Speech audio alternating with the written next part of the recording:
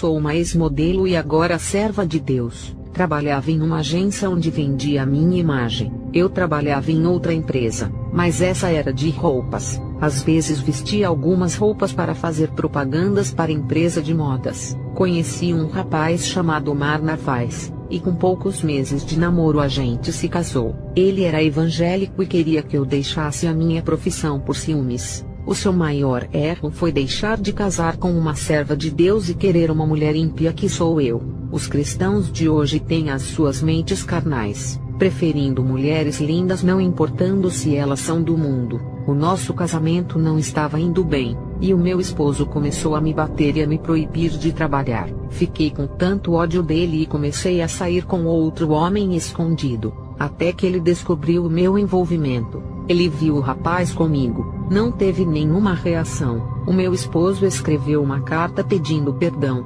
Ele disse que havia sido muito autoritário comigo, e entendia que eu estava traindo ele por vingança e não por não gostar. O que ele disse era a verdade. Eu o amava, mas estava muito magoada. Eu queria causar dor nele para ele sentir o que eu estava sentindo. Ele foi embora de casa indo para outra cidade. Eu fiquei livre para trabalhar no meu emprego, e o meu irmão Fernando, que havia se envolvido com as drogas, tinha acabado de se tornar um traficante. Eu queria ficar mais bonita, e gastei dinheiro com cirurgia estética. Coloquei silicone nas nádegas e 3 meses depois marquei para colocar nos meus seios. Fui para a mesa de cirurgia e naquele dia tive complicações. Perdi muito sangue e o meu coração estava com batimentos cardíacos muito fracos. Eu estava com as visões escurecendo, estava morrendo aos poucos e a minha visão espiritual estava se tornando real. Comecei a ver demônios parecendo urubus ao meu redor querendo levar a minha alma. Eu em meus pensamentos pedia misericórdia a Deus. Eu estava morrendo de medo e não queria que aqueles monstros feios levassem a minha alma.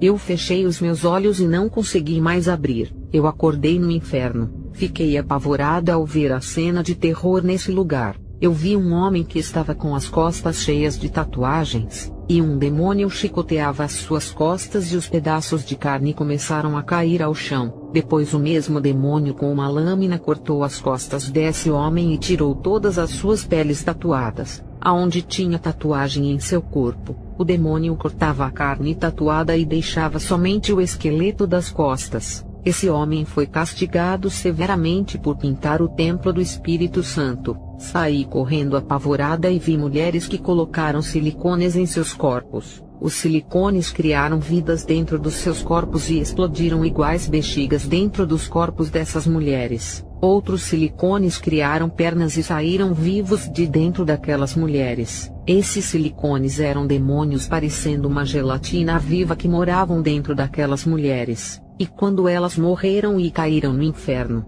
eles deixaram os corpos. Demônios do silicone moram dentro das pessoas que colocam isso em seus corpos. Você pode até morrer e ser enterrado com o seu corpo cheio de silicone, mas os demônios ficam instalados dentro da alma por causa do silicone, e só vão sair quando você estiver dentro do inferno. Para aquelas que se converteram a Jesus e têm silicone no corpo e foi liberta do mundo, o demônio do silicone saiu, mesmo que o material plástico fique dentro da pessoa. Eu tirei todos os silicones do meu corpo depois que voltei do inferno. Fiquei apavorada por saber que pertence aos demônios. Eu vi no inferno os demônios com materiais de silicones prontos para trazerem para a terra. Os demônios no inferno chamam as pessoas que colocam silicones pelo corpo de meus bonecos de plásticos. Eu vi um lugar onde só tem modelos. Elas morreram na ilusão de ganhar o mundo através das suas belezas. Eu vi modelos pobres e ricas. Tem homens modelos nesse lugar também. Essa é uma isca que Satanás tem jogado para ganhar muitas almas. Eu vi muita Miss no inferno. Ali é um lugar que só tem pessoas lindas que idolatravam os seus próprios corpos. Eu vi dançarinas de programas de televisão, pessoas que gostam de danças em casas de shows. Quando morrerem vão dançar para os demônios dentro da sala do inferno. Ali eles são obrigados a dançarem em cima dos pregos eternamente. Os pés dessas pessoas sangravam, e os pregos quentes de brasas rasgavam os seus pés. Eu vi falsos profetas, falsos mestres e falsos pastores. Os demônios enfiam um grande ferro em suas bocas até furarem as suas gargantas. Eles são atormentados na boca porque se recusaram a pregar o Evangelho, não quiseram pregar a verdade, e usaram fábulas do Antigo Testamento pregando riquezas. Eu vi um rapaz que se desviou do caminho de Jesus por não conseguir uma esposa. Eu vi uma moça que estava firme no caminho de Jesus. Quando ela conheceu um rapaz ímpio e começou a namorar, o rapaz a tirou do caminho de Jesus e o demônio da morte se apossou dele. Esse rapaz tirou a vida dessa moça e ela se encontra no inferno. Eu vi um cristão que se desviou por não conseguir um emprego para trabalhar. Ele sofria muito no inferno. Eu vi um pastor que foi deixado pela esposa e os filhos. Ele não resistiu à prova e se desviou. Ele morreu e está no inferno. Eu vi uma missionária no inferno. Ela gostava do seu emprego, e quando foi demitida se desviou. Essa mulher estava no inferno sofrendo agonias mortais. Eu vi um casal de cristãos no inferno. Ambos eram evangelistas. O rapaz fazia a obra de Deus e ganhou muitas almas. A moça também era dedicada à obra. Quando os dois se casaram, as suas fés se esfriaram. Eles deixaram de ganhar almas, e apesar de irem à igreja tinham renunciado aos seus chamados. Eles foram ungidos por Deus para fazerem a obra de levar o Evangelho e deixaram de anunciar. Um dia eles foram viajar para um lugar em busca de curtir a vida. Eles foram de carro, e nesse dia os demônios armaram um laço de morte. O carro bateu em um muro e os dois faleceram, e agora estão no inferno. Eu vi políticos no inferno por causa da corrupção e da mentira. Eu vi cristãos políticos no inferno. O cristão não pode ser político. A única igreja que faz aliança com a política é a meretriz do Apocalipse. A meretriz é a falsa igreja que faz aliança com o governo da besta e aceita sua marca. A falsa igreja perseguirá os cristãos. Qualquer igreja que faz aliança com os governos dessa terra já não são mais noivas, e sim meretrizes. Eu vi calças jeans femininas e masculinas no inferno. Eu vi saias jeans no inferno. Esse pano foi feito na galeria do inferno, e o pano foi consagrado por um satanista para nunca sair de moda. Homens e mulheres de Deus, não usem esse pano. Eu vi várias modas jeans no inferno. Eu vi calças rasgadas, manchadas e com bordados no inferno. Eu vi calças esportes consagradas ao diabo. Eu vi tênis no inferno e uma fábrica dos demônios. Essa fábrica produzia tênis com as marcas da Nike, Olímpicos, Adidas e outras marcas. E na terra essas marcas fazem sucesso por serem consagradas a Satanás. Não usem tênis, usem sapato social. Eu vi como os bicos dos tênis se abriam, e a palmilha era uma língua que saía de dentro e dava para ver os dentes afiados de piranhas desses tênis. Eu vi muitas marcas de roupas que eu usava para fazer propagandas. Os desenhos estilistas dessas roupas são planejados no inferno. Os demônios usam essas roupas no inferno, e ainda zombam das modelos. Eu vi os demônios de passarelas que influenciam as modelos. Eu tive uma visão da terra com um grande desfile, onde os demônios desfilavam iguais às modelos. Os donos das empresas fazem pacto e recebem informação do inferno de como devem produzir as roupas, e o mediador dos pactos são os feiticeiros. Os desenhos estampados nas camisas também são figuras de demônios. A minha visão foi até a terra, e pude ver um demônio do homicídio possuindo o meu irmão Fernando. A sua personalidade ficou maligna. Eu vi o seu coração endurecendo e a sua alma escurecia. Ele pegava uma arma e assassinava essa pessoa. Eu sou Omar Narvaez, esposo de Belinda Martínez. Eu tinha ido embora para outra cidade e estava triste por não ser um bom marido. A minha rebeldia como um cristão custou um alto preço. Eu tive um sonho com um anjo de Deus que vinha até mim e tocava no meu corpo. E de repente o meu corpo se encheu de lepra. Depois desse sonho eu tive leucemia e fiquei internado no hospital. Eu estava sendo quebrado por ser um cristão de má índole e de coração duro. Me arrependi e fiz orações dentro do meu quarto onde estava internado. A minha família, quando soube que eu estava internado, me abandonou. Nem a minha esposa sabia da doença que eu tinha. Comecei a orar para ela me perdoar. Enquanto eu estava presa naquele lugar, uma força me puxou do inferno. Eu estava na cama de cirurgia. Os médicos tinham colocado os meus silicones e estavam lutando para eu ressuscitar naquela cama de hospital. Eu voltei a viver, me converti naquele leito. Meses depois eu tirei os silicones para tentar ser uma pessoa natural. Foi muito doloroso. Tirei porque quis, pois Deus havia me perdoado. Estava orando na madrugada. Eu vi um homem armado em uma moto ao redor da casa do meu irmão Fernando. Por detrás desse homem estava um demônio da morte. O meu irmão estava prestes a ser assassinado, pois o homem esperava ele sair de casa para matá-lo. Eu orei para Deus dar o livramento ao meu irmão, assim como um anjo cegou o exército da Síria. E aquele homem, toda vez que ficava esperando meu irmão para matá-lo, era cegado pelo anjo que o livrou através da minha oração. Hoje o meu irmão é pastor de igreja, e um demônio usou um homem rico, dono de uma agência de modelo, que ofereceu um contrato milionário para eu trabalhar como modelo. Eu fiquei confusa e disse que iria pensar, e que no dia seguinte lhe daria uma resposta concreta. Quando foi à noite, eu sonhei com muitas almas descendo ao inferno e pedindo socorro, e uma voz me disse: muitas almas estão morrendo e outras estão pedindo socorro. Se tu não fores para a missão, muitas irão se perder por sua causa. No dia seguinte eu disse para o empresário de modelos que não queria o emprego. Ele dobrou o dinheiro. Quando ele fez isso, Deus me permitiu enxergar o seu rosto, que estava deformado, parecendo um monstro. Eu rejeitei e fui para casa orar por ter vencido a tentação. E o Senhor falou comigo mandando o seu anjo, que apareceu em meu quarto e disse: 500 almas esperam nessa missão. Satanás sabe disso e tentou lhe parar. Ele é capaz de oferecer fortunas, poder e até reinos para impedir que uma pessoa faça a missão. Porque 500 almas para ele é muita coisa e não quer perder. O dinheiro para Satanás não tem valor algum. Na eternidade o dinheiro não vale nada. Somente no mundo físico e material. O que tem valor no mundo espiritual é tudo que é eterno e não é perecível. Uma alma é eterna, e para Satanás tem mais valor do que todo o dinheiro do mundo. Não há banco que compre uma alma. Eu tinha um salão de beleza. Eu pintava cabelos e unhas das mulheres e fazia depilações em mulheres e homens. Mas na igreja pregava que era pecado pintar as unhas e os cabelos, mas continuava trabalhando no meu salão. Até que um dia o Espírito Santo me repreendeu dizendo: prega contra a vaidade, mas trabalha para o seu comércio do pecado. O que adianta pregar contra o pecado se tu financias a indústria da vaidade para vender os seus produtos em seu comércio?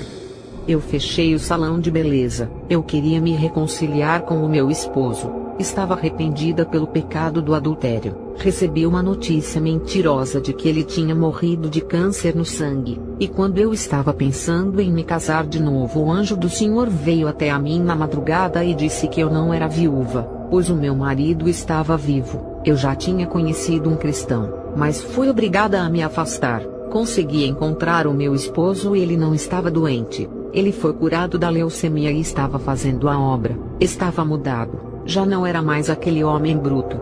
Foi 1 ano e 3 meses que ele sofreu com esse câncer, sendo quebrado e remodelado em outro homem, sendo uma nova criatura. A gente se perdoou, nos reconciliamos e voltamos a morar juntos. O meu esposo abriu um ministério. Uma diaconisa estava seduzindo meu marido. Eu orei a Deus e ele me revelou que um demônio da sedução estava usando ela. Orei a Deus pedindo o livramento do meu casamento e essa diaconisa se desligou do nosso ministério e nunca mais a vimos.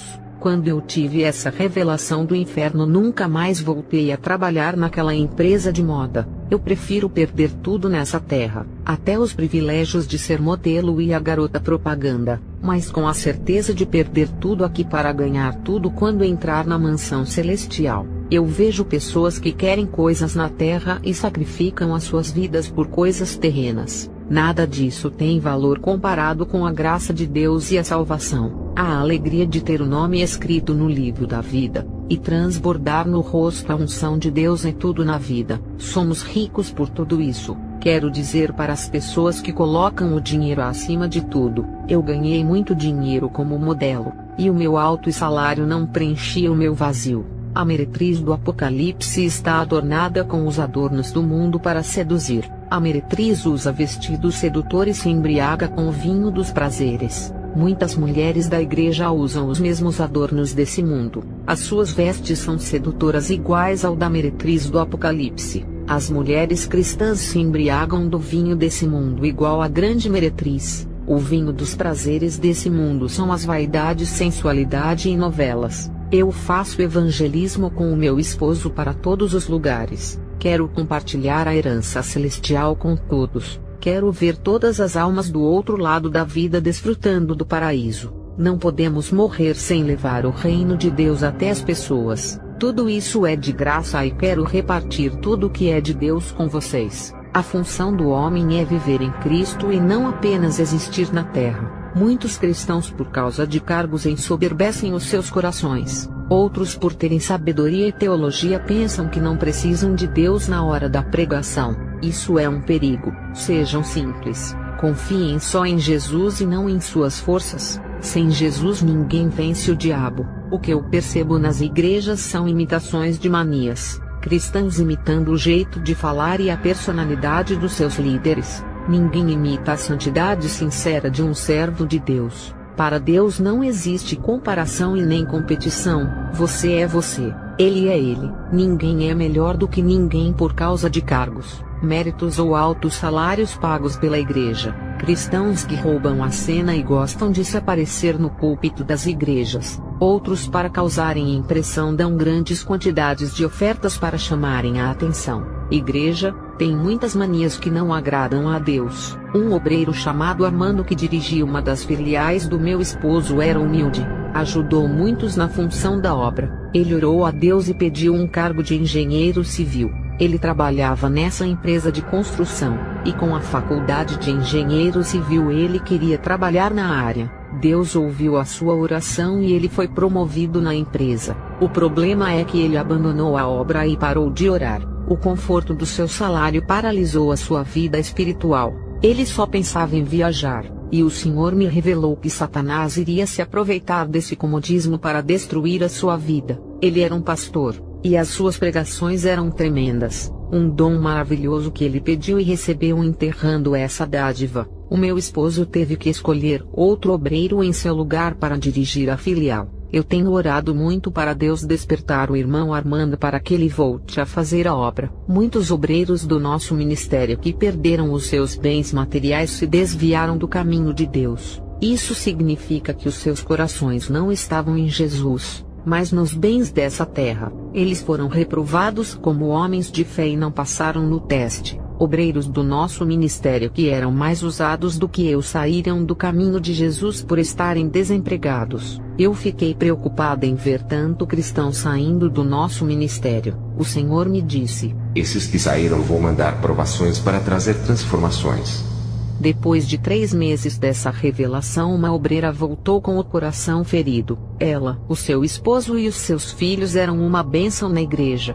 Depois que ela nos deixou, o seu filho se viciou em drogas e morreu de overdose. O seu esposo deixou ela e foi embora para outra cidade. Outra obreira retornou para os caminhos de Deus por ser humilhada no mundo. Ela perdeu o seu emprego que havia conseguido nas consagrações. Ela foi despejada da casa que morava de aluguel e estava morando de favor. Essa mulher não tinha esposo e nem filhos, mas sofria humilhação dos outros. Um diácono do nosso ministério que havia se desviado, eu orei muito por ele, e várias vezes eu via um anjo fechando as covas para ele. Sonhei várias vezes com ele caminhando em uma entrada escura cheias de covas profundas. Um anjo com uma pá jogava a terra nessa cova, fechando elas para ele não cair. A minha oração prolongou a vida desse moço e deteve o monstro da morte que tanto queria levá-lo. Mesmo assim, ele só voltou para o nosso ministério com uma enfermidade grave. Deus permitiu essa aflição para despertá-lo. Ele estava com câncer e sem alternativa, e o único jeito foi se render a Deus. Quase morrendo, ele se arrependeu e chorou amargamente. Foram 6 meses de aflição, e Jesus o levantou daquele leito e o curou. O câncer desapareceu, e hoje ele faz a obra ajudando o meu esposo. A pequena empresa do diácono Raul faliu. Ele congregava com a gente. Ele ficou endividado sem poder pagar as suas dívidas. Ele ajudou o meu esposo a abrir o ministério e fez uma faculdade de administração. Ele abriu a sua pequena empresa, e prometeu para Deus que se lucrasse iria ajudar a obra de Jesus a crescer. Quando a sua empresa começou a lucrar, ele se desviou, e começou a gastar o seu dinheiro com mulheres e prostituição, se esquecendo da sua promessa que tinha feito. O homem promete e não cumpre. Mas Deus cumpre o que promete porque Ele vela da sua palavra para cumprir. Cuidado com aquilo que tem prometido para Deus, pois Ele irá cobrar. Esse homem perdeu tudo e se lembrou de Deus. Ele chegou à nossa igreja falido e passando necessidades. Jesus falou para mim me revelando o que iria acontecer com os desviados, e as revelações se cumpriram todas de 3 meses em diante. Jesus disse: irei deixar Satanás tocar naquilo que é mais importante em suas vidas, aquilo que ocupa primeiro lugar em seus corações. E muitos que estavam no nosso ministério e haviam saído por coisas banais, em torno de 1 ano e meio voltaram todos. O meu esposo, quando perdeu esses membros, quase fechou a igreja por não ter ofertas para pagar o aluguel. E quando meu esposo pegou a chave do salão para entregar ao proprietário, no mesmo dia um empresário parou o seu carro perto dessa humilde igreja e fez uma doação em dinheiro e conseguimos pagar 1 ano de aluguel. Fechamos um contrato.